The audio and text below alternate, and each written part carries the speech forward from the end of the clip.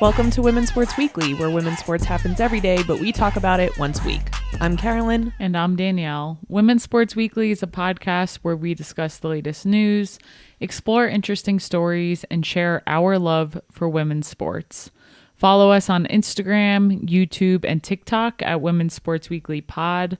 Follow us and rate us on Spotify and Apple Podcasts. If you follow us on Instagram, you probably already saw we have a holiday giveaway happening. Don't worry if you haven't seen it yet. It is still going on and you can enter to win an Everyone Watches Women's Sports t-shirt. I have one on right here. So this one's in French. You can choose a French one. You can choose a regular one. It just has to be a t-shirt. You can choose your color. We'll ship it to you. Very exciting. These shirts have been hot, and even if you have one, you could get one in a different color. So it's a great contest to enter. To enter is very simple. You'll head over to our Instagram and give us a follow at Women's Sports Weekly Pod. Go to our giveaway post, which is pinned. Tag 2 friends on the post who should listen to the pod, and then repost the second slide to your Instagram story. It just gives information about where people can find us, how they can follow us. From there, you send us a screenshot of your story and you are entered to win. We will pick a winner on January 7th. And we will announce it on our socials. And then the following podcast on the 14th will also announce, just in case you didn't hear there. But if you're following us on Instagram, which you should be, you'll hear it there. The best way to share the Women's Sports Weekly podcast is through word of mouth. So even if you don't enter the giveaway, share the podcast with people who you believe will enjoy it. I know our listeners, and I know I like to do this sometimes too. It's like when I find a good restaurant, I want to keep it to myself. But don't gatekeep us. Don't gatekeep Women's Sports Weekly. Share the podcast with your friends. We want to spend more time making this podcast, and the best way to do that is to gain more listeners. So please, please tell someone you love who would like us to listen to us. Yes. Now we're going to go into a segment called How Much We Loved Wicked. I went into Wicked not knowing the storyline. I know. Sometimes I think I live under a rock because sometimes I do. Everyone was freaking out about this movie coming out, and I was like, why is everyone being so dramatic? I don't know how I didn't even know the storyline. I've never seen the Broadway play, unfortunately. We finally saw the movie this past Friday, and I'm already ready to go back. I am obsessed with the soundtrack, absolutely loved the movie, and want to see it a million more times, and already can't wait for part 2 to come out. I saw Wicked on Broadway when... humble brag, with the original cast. With Idina Menzel and Kristen Chenoweth. And it was amazing. And I've loved Wicked. I am a musical girly. It's how my queerness shone through first. I've been really excited for Wicked, but it did take us some time to get into the theaters. Neither of us are huge movie goers, but we did go this past Friday. I cried a ton. Same. I love all the music. Cynthia Erivo as Elphaba is perfect. Unbelievable. Ariana Grande as Galinda is also amazing. Yes, she does such a great job. And they worked so well together in the movie. The two of them were just so good. When they were singing Loathing, a song about how they don't like each other. Well, it's the song What Is This Feeling? Okay. I must tell you, because I'm currently top listener because I've listened to it so many times since seeing the movie. This is where your Leo comes out. Yes. When you find a song that you like, you play it on repeat. You weren't home this morning and all I was doing was playing this song because you made me stop yesterday. So I'm like, I'm going to listen to the song as many times as I can while you are out of the house. And when I say that I made Danielle stop, we had already listened to it a solid 20 times. And I said, okay, I can do one more today. And you did 2 more that day. Yep. But you looked over at me during that song during the movie and you're like, wait, are they going to start dating? And I was like, no, but it kind of feels that way. It's so queer coded, which I love. There's so many like so-and-so loves so-and-so, but that person loves this person. And Elphaba and Glinda actually love each other. That's so off the record. If people are going into the movie like me who didn't know anything about it, that's a little... It's not a gay movie. Well, yeah. Musicals are inherently gay. I just mean in the movie, they don't express their love to each other because they both like the same man. Yeah. But there are underlying, what do you call it? Coding. Yes. There is underlying coding. And yeah, I turned to you in the movie. I was like, wait a second. What's happening between them? All of the characters in it at least are all bi. Everyone likes everyone. Fiyero definitely has some bi vibes. Yeah.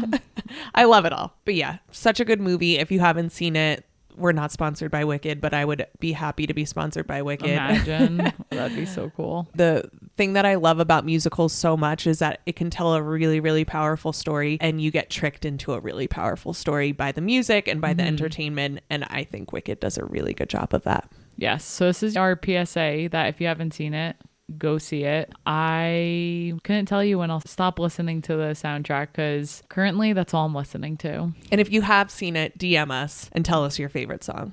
Yes. What is your favorite song? I like The Wizard and I. Oh, yeah, I knew that. And I like I'm Not That Girl. Yes, also a good one. And obviously Defying Gravity. Oh, should we try to hit the note? You can. I won't embarrass myself. Come on, Danielle. Have a little fun. I am a terrible singer. Okay, but just try. I don't know what note you're talking about.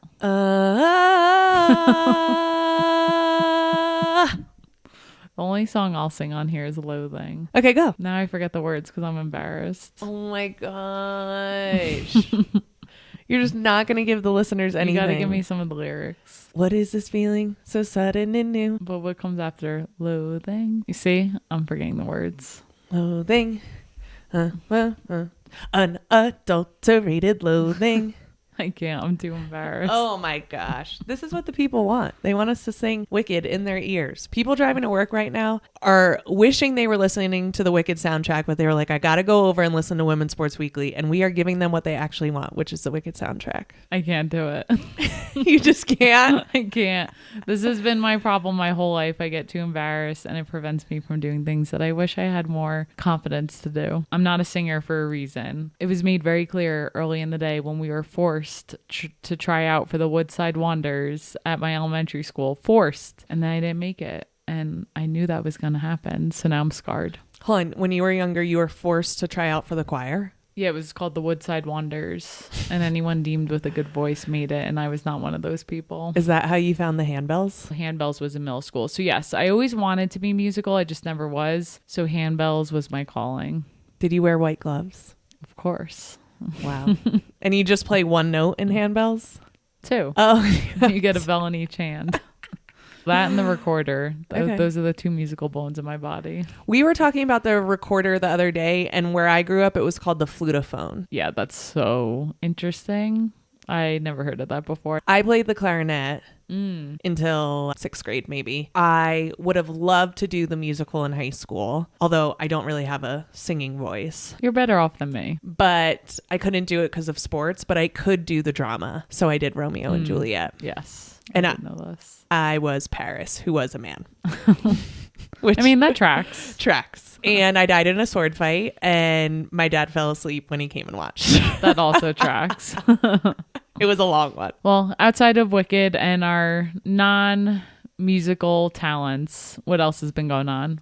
I've been thinking a lot about my own personal journey with working out and things like that. And it's been really hard for me to get up and get to CrossFit in the morning. And to me, it's a sign that I need to take care of myself, because when I'm feeling less motivated and when I want to sleep more, those are signs to me of depression. And it's something that I need to monitor. And it's something that I am monitoring. I'm back in therapy and trying to take care of myself. But it is hard because I put a lot of identity in the workouts that I choose to do. And I've just been feeling really not motivated to go. And it's really difficult. Yeah, that is difficult. Some of the things I've been saying to you is like, one, it's December. I keep saying that because personally I'm taking this month easier than normal. And two, it's a nice thing to have because of the holidays. And I also want to recognize that that might not be your case. Your case, which you just described, is you might be feeling down. It is okay to ebb and flow, and you are taking care of yourself, right? You already said you're going back to therapy to check in, like, hey, I've noticed these changes in me and I want to talk to someone about it. And that's smart to get ahead of it so it doesn't get worse. And if it does get worse, at least you have the tools. For sure. And the resources that you would need to help with that. But I do know that that can be challenging. And you mentioned it's kind of part of your identity, and that's hard. Yeah. Yeah. I think in the past, when I've had times that I've been down and struggled, I definitely struggle with anxiety. That's always present. But the depression kind of like comes in, comes out. I call it depression light. Not that like I do that to minimize it in some ways. It doesn't feel as intense as I think other people can feel depression. But I think in the past, I haven't allowed myself to feel it. I've just tried to push it away. And I'm proud of myself that this time I said, something's going on. I need to get back in therapy, because what I've done in the past is I've waited until something has blown up and it's become really apparent that I need to go back into therapy. And so I am proud of myself that I was like, no, I need to go back now. I need to find ways to take care of myself. I have trouble with the judgment on top of the judgment, right? I'm like, okay, I don't feel like I want to go to the gym, which already feels bad enough. And then I'm like, well, you're a piece of crap because you're not going to the gym. Right? Like I put a judgment on top of the already bad feeling that I have. And so I'm trying to be kinder to myself in those ways too. I have all of these messages that I've received my whole life. You need to work out. You need to stay healthy. You need to stay active. And those things are true, but at what extreme and at what expense? And like, what do I need to do? Do I need to switch up my workout? Do I need to go at a different time so that I feel better about it? And I don't have the answer to that. And I'm just kind of in it right now. Yeah, I think as the seasons come and go, sometimes these things come and go. It's nice to hear you say you're proud of yourself for going to therapy and taking care of yourself, because that is a huge part of it. Yeah. It's just nice that you're able to do that. And I hope it helps you kind of find what you're looking for throughout this process. Thank you. Are you okay? Yeah. I'm very thankful to have you too, because you're so supportive and you see me and you support me and meet me where I am. So thank you. Yeah, of course. I love Crying you. again on the pod. I love you too. I was telling a friend about how I was struggling today, and she was like, it's just so interesting because I see you as this strong person who's got this podcast going and you're so social, and I just didn't know you were down. And I'm like, yeah, I mean, I do that on purpose, right? I overbook myself. I make sure I stay social because that does feel good to me to do that. But I disassociate so I don't have to feel the feelings all the time. And I'm trying to learn how to balance that too, because I feel like there's one side where I'm like, what am I supposed to do? Just be raw emotion all the time? That sounds exhausting. And it would be, I feel, exhausting for other people to constantly have to hear it. And also there's another part where I do need to be more real about what is going on. So this is my attempt at that as well. Well, I'm here for you. You also have other people in your life who are here for you. And it's nice that you can open up. So thank you for sharing. Thanks. All right, let's switch gears. Let's get into the highlight reel for the week. What do you have for us? So per usual, another great week of women's basketball. Quickly want to give a shout out to Tennessee women's basketball. Tennessee women's basketball hit 30 3-pointers in one game this past week. Yes, I said 30 3-pointers. Quick, what's 30 times 3? 90. I'm leaving in that pause. I'm not cutting that pause. You put me on the spot and it scared me. Wow. Anywho, 30 3-pointers in an 80-point win over North Carolina Central University this past week. And Samara Spencer from Tennessee had 9 of the 33s. Fun fact, my dad and sister were at the inaugural Women's Championship Classic where Tennessee played Iowa and UConn played Louisville. They went out to get some food before the games, and they walk into the bar and see all these Tennessee fans, all these people wearing Tennessee uniforms, and they start talking to these 2 women. One of the women was like, oh, my daughter's on the team. Her name's Samara Spencer. So they literally just met her mom a week and a half ago, and now she scored 9 3-pointers in one game. Do you think Frank shared his shooting wisdom with the mom? I don't, but I do know he told them how big of a Tennessee fan I was back in the day. And my sister told her mom about our podcast. So she could be listening. Congrats to you, Samara and Tennessee. That is an insane accomplishment. Can you share the Brogan shooting philosophy? Yeah, there's 2 things. I laugh at this because it was partially a joke, but Brogan was my maiden name, and we always used to say there's no D in Brogan. Yep. And the other thing is shoot first, last, and always. So proud of Tennessee in this moment. Shooting first, last, and always. Yes. So outside of that, the game of the week has to be who other than my Notre Dame Irish versus the UConn Huskies. This was a sold out crowd at Notre Dame University. Everyone was dressed in green. Notre Dame beat UConn 79-68. I myself was also dressed in green all the way here in Denver for the game. I really enjoyed being part of that from a distance. Once again, Coach Ivy's outfit on point. Perfect shade of green. Perfect. But also, I'm like, okay, as much as I love her style, we have to stop talking about her outfits because we do not talk about her coaching enough. And yes, I talk about Notre Dame all the time because I love them, but we just have to talk about how much she has built this team back up since the 2019 season. So 2018, we were at the Final Four when Notre Dame won it all. Yep. All those juniors came back in 2019 and they lost in the national championship. So that was the year they lost Brianna Turner, Arike Gumbawale, Marina Mabry, and others. There were other players who not all of them went to the WNBA, but that team was stacked. Yep. After that season, Muffet McGraw handed in her resignation, and I don't know if it was she assigned Coach Ivy the head coach, but basically I think she put in a word for her. I don't know how that all worked out, but Coach Ivy took over the team. I would say it took a few years to really build them back up. Yeah. From the Notre Dame that it was back then. But like, she's only been the head coach for 5 years now. And in her time as head coach, she has led Notre Dame to an ACC tournament title and 3 consecutive trips to the Sweet 16. And this season obviously is already off to a great start. You just have to take a moment to see where she is as a coach. And I'm personally in awe of that because that's incredible. I think when a new coach comes in, there's this grace period, usually of about 4 years. Let them get their recruits in, let them have time with those recruits, let them build something, and that can take a 4-year period in order for that to happen. However, when one coach leaves and then hands it to the assistant coach or to someone who really knows the program well, I think that's a huge benefit. And on top of that, I think Coach Ivy is a great coach. And to be able to, in under 4 years, this is her 5th season, be able to make Sweet 16 appearances, be real high in the top 25, I think that speaks so much about the coach that she is and the program that she's running there. Yes. And we've talked about this with Dawn Staley before. You could just tell how the players respond to Dawn. I see that in Coach Ivy. Her connection with those players is almost unmatched. And you can see it during the game, the way she coaches them. You can see it in the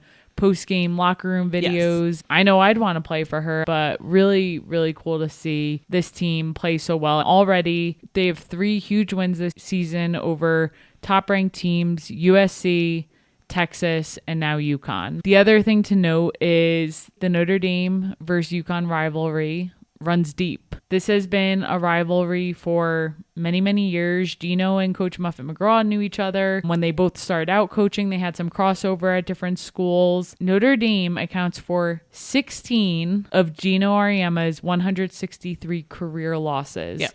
No team has beaten Gino Auriemma at UConn more than Notre Dame has since he started coaching there, which is a pretty cool stat. And Notre Dame has beaten UConn in the last 3 times that they played each other. I wouldn't think that, which is crazy, but it's not crazy because it happened. This game was electric from the start. I already mentioned that Notre Dame fans were decked out in green. This was a sold-out game. Coach Ivy talked about the packed student section, not to mention all the incredible Notre Dame alumni who were there. I just named a bunch of them, but Skylar Diggins was in the stands, Marina Mabry, Arike Agumbawale, Jewel Lloyd, all these alumni who are now in the WNBA. Could you imagine just playing in this game? We had talked about it when USC and Notre Dame played, and you have Snoop Dogg in the stands, and now you have all these what I call royalty alum because they're all great players in their own right. What does Notre Dame do? They put on a show. A hell of a game. I personally was nervous in the beginning when Olivia Miles went down early with an ankle sprain, but they were able to tape her up and bring her back in. At first, she was a little, you could tell, not fully herself, but she quickly went back into playing. I talk about her with you a lot. The way she holds the ball one hand going to the basket, and it's not a hook shot, but it kind of is the way she can keep the ball away from the defender on the basket and lay it in. She's able to move she bends her elbow and is able to move the ball like she's serving a platter to keep the ball out of the defender's hands and then lay it up. She also gets a ton of airtime. Yes. So if you have not watched Olivia Miles play yet, you could just watch what we did. That's exactly what it looks like. Side note, I was looking at her Instagram and I saw there's these machines that you put a football in and it gets receivers ready for their hands, and the ball's coming at you fast, and it's just her catching all these balls. Were they basketballs or footballs? Oh, wow. She's catching footballs? She was at the football training center doing this, and she goes, let me try one-handed. These balls are getting blasted at them. Catches it one-handed. So she obviously is very athletic and can do very athletic things. Fun side note. So the first half was pretty low scoring. I'm sure both teams were a little nervous just in that environment, and both teams play great defense. Notre Dame was up at halftime 39-28. So I was feeling good, but also you can never feel good against a team like UConn and just in that situation. Yes. Key point in the game, UConn cut an 11-point Notre Dame halftime lead to 1 point, 53-52 with 21 seconds left in the third quarter. And who else but Hannah Hidalgo comes down the court and hits a three at the buzzer. Hannah Hidalgo had an unbelievable game. She was stealing balls, coming up the court. Her ability to get hyped up in a game and still play well, I always say she makes me nervous because she's so fired up and animated. It's pretty incredible that a player can keep themselves composed while also being that animated. She's putting on a show out there. She led all scorers with 29 points, 10 rebounds, 8 assists. Olivia Miles and Leah Tu King also added 16 points for Notre Dame. Leah Tu is a grad transfer from Pitt, who's definitely finding her way on the ND team. She's only going to get better as the season goes on and the team continues to gel with each other. And her adding 16 points was huge. Paige Beckers on UConn, in the beginning to me, seemed quiet, like not herself. Still put up a casual 25 points. I was like, Paige didn't play well. And then I saw how many points she had. I was like, I can't believe I'm saying that. It's not true. And she didn't play her normal self. I think the Notre Dame defense did rattle her a little bit. And even though she scored 25, watching her, I was like, oh, she just doesn't look herself. There are injuries on both sides going into this matchup, right?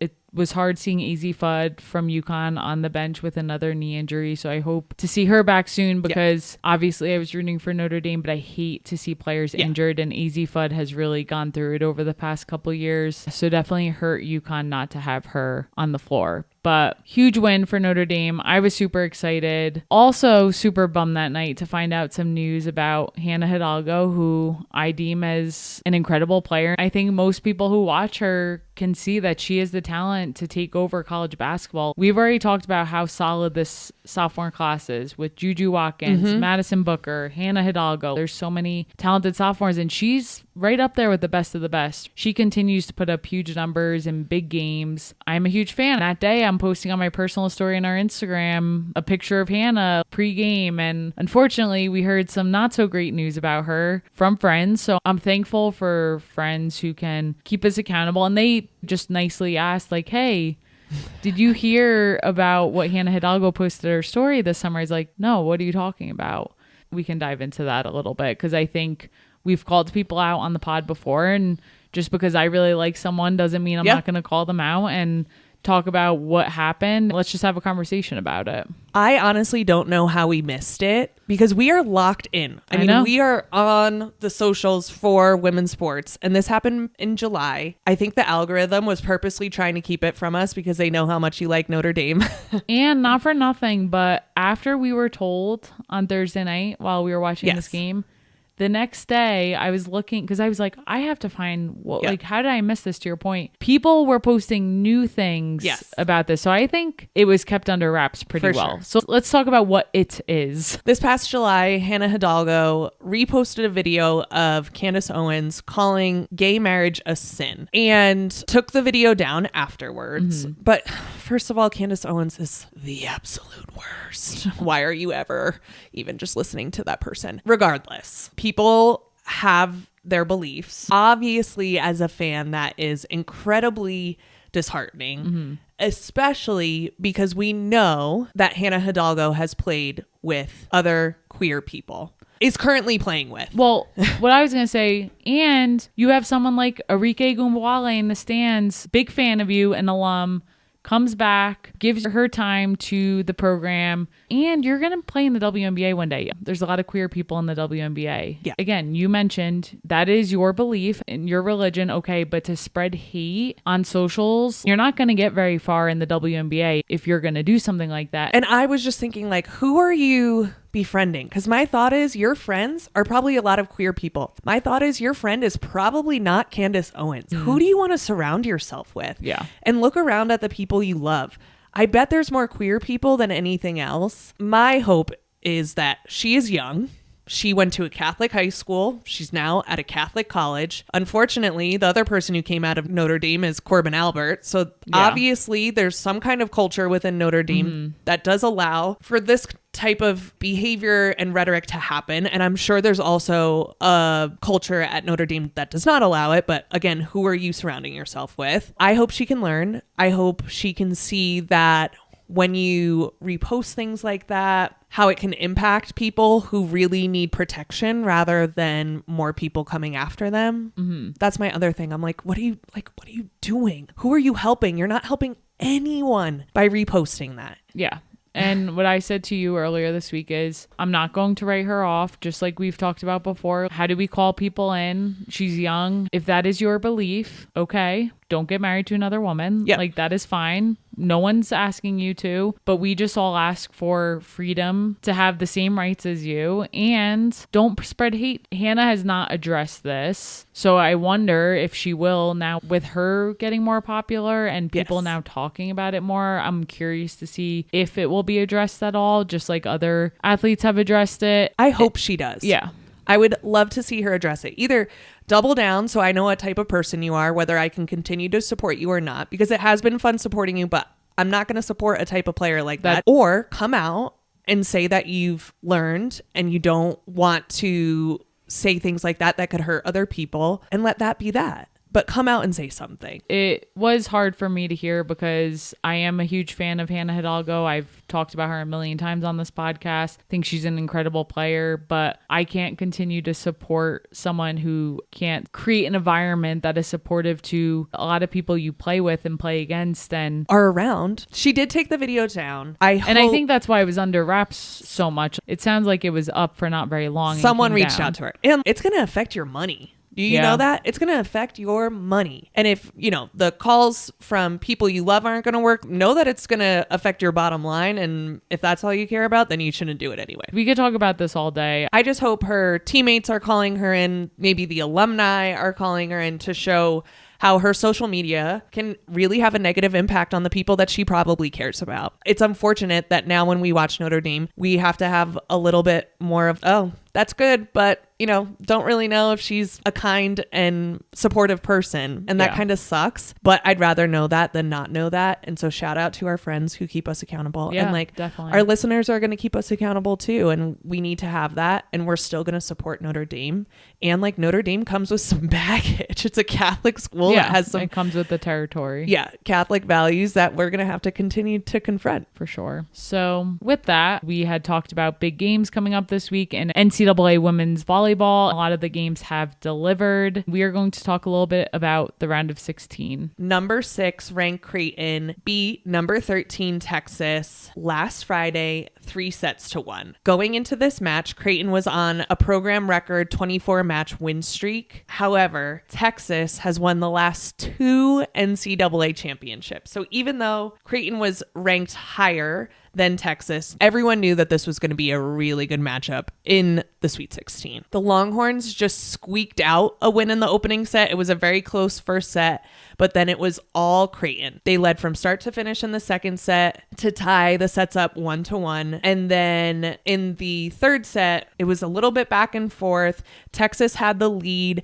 14-13 at one point, but Creighton answered with a late 5-0 run to take the set 25-21. So now they're up 2-1. And they kept on rolling. Creighton closed out the match with a 25-20 win in the fourth set. They held the Longhorns to a .024 hitting percentage in that set. And Creighton got its 25th straight win and headed into the Elite Eight against Penn State. 25 straight wins is something in itself to be extremely proud of. Unfortunately, that 25 win streak came to an end when they lost to Penn State in the Elite Eight. So an amazing season for them. Every team but one ends in a loss. Let's get into now the round of 8. So I want to talk about this Pitt-Kentucky game. Pitt is always a bridesmaid. They're actually always a junior bridesmaid and never the bride. Damn, that's rough. I say they're the junior bridesmaid because they have made it to the semifinals in 2021, 2022, and 2023. So they haven't made it to the final yet. Can they make it to the final this year? For their sake, I hope so. Well, they did up winning this match over Kentucky. They are ranked 1 overall for the first time in program history. So they are on an epic run. They only have 1 loss this season, which was to SMU back in October. And the thing that I love about Pitt, an article came out this past week that they use visualization. So before every game, one of their assistant coaches comes in, tells them to close their eyes, take a deep breath, and then walk through what they are going to be seeing. Imagine yourself blocking the ball. Imagine yourself receiving a ball. Imagine yourself setting the ball perfectly to the person that you want. And visualization has been proven to be so super effective, and I just love that they're using it. So I personally want Pitt to win it all because of this, because I'm so invested in them using visualization. Yeah, I honestly love visualization. I think that's really cool. In the first set, you could definitely tell Kentucky was nervous. It was a big game for them. They were playing at Pitt. The crowd was totally on Pitt's side, obviously, and they had a bunch of service errors, so serving it into the net, and Pitt dominated the first set. But then Kentucky came out strong in the second set, and I was like, we're gonna have a game here. Kentucky's gonna take this second set. They didn't, because somehow Pitt clawed back in the second set. They were down at 6 at one point in the second set, and Pitt goes on an 8-1 run. It was wild to watch. Pitt ends up winning that set, and it's really hard to come back once you're down 2-0.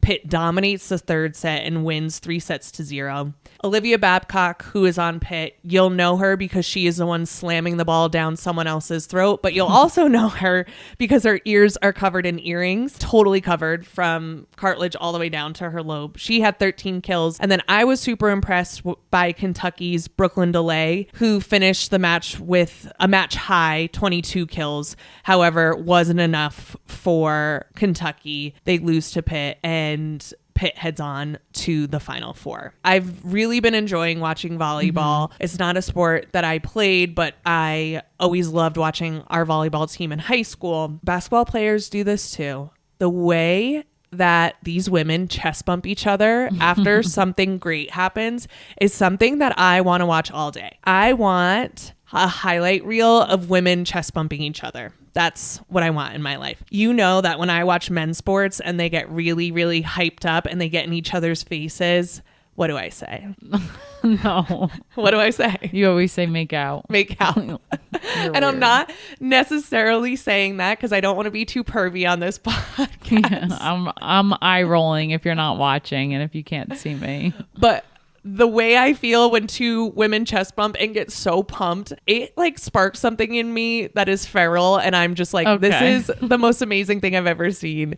And yes, when men do it too, I just scream at the TV, make out. There's something very, especially in men's sports, I feel like it's an opportunity for men to step into a side that they don't normally get to because of, patriarchy. And if they do anything even remotely a tiny bit gay, they're going to get called gay. And that would be tragic. Well, a tiny bit gay or something that other people for some reason deem as gay. Exactly. Another eye roll. But for some reason in sports, I think because sports is viewed as so masculine, they're allowed to get away with like a butt tap and like getting in someone's face and getting so close to them. You want me to stop talking about this. Danielle hates when I talk about this stuff, but we mentioned queer codedness in Wicked. There's some queer codedness that's happening. And yeah, tall volleyball players chest bumping, give me it all day, all night. That's my volleyball coverage. Okay, and who's in the Final Four? In the Final Four are Pitt, Louisville, Nebraska, and Penn State. Love it. And with that, what I'm looking forward to this week is NCAA volleyball. The national semifinals will be played on Thursday, December 19th, beginning at 6 8:30 p.m. Eastern on ESPN, and the second game will follow after. The matchups that will be played is Pitt versus Louisville and Nebraska versus Penn State. The national title match will be played on Sunday, December 22nd at 3 p.m. Eastern on ABC. All games will be hosted at Louisville. Which is not a little bit, a huge advantage for that Pitt Louisville I don't know how game. I feel about that. I know. It happens sometimes. Huh. Interesting. I'm glad that doesn't happen for the women's basketball. Anyways, what are you looking forward to this week? I'm looking forward to more NCAA women's basketball. Number 10, Oklahoma takes on number 20, Michigan, on Tuesday when we release, December 17th at 9:30 p.m. Eastern Time on ESPN2. As a reminder, Oregon State standout Reagan Beers now plays for Oklahoma. Was at Oregon State, now at Oklahoma. She's averaging 18 points per game the last time I checked. And Michigan has freshman Silas Swords. She is the freshman who dropped 27 points on South Carolina. Wow. So I'm excited to see this matchup. Yeah, that'll be a great game. That's it for this week. We will see you next week on Women's Sports Weekly. Don't forget to follow us on Instagram so you can enter into the raffle to possibly win an Everyone Watches Women's Sports t-shirt. In the meantime, watch Women's Sports, rate and subscribe to the pod on Spotify, Apple, and YouTube. Share the podcast with your friends. Keep sending us topics you want us to cover on Instagram at Women's Sports Weekly Pod. Thanks for joining us.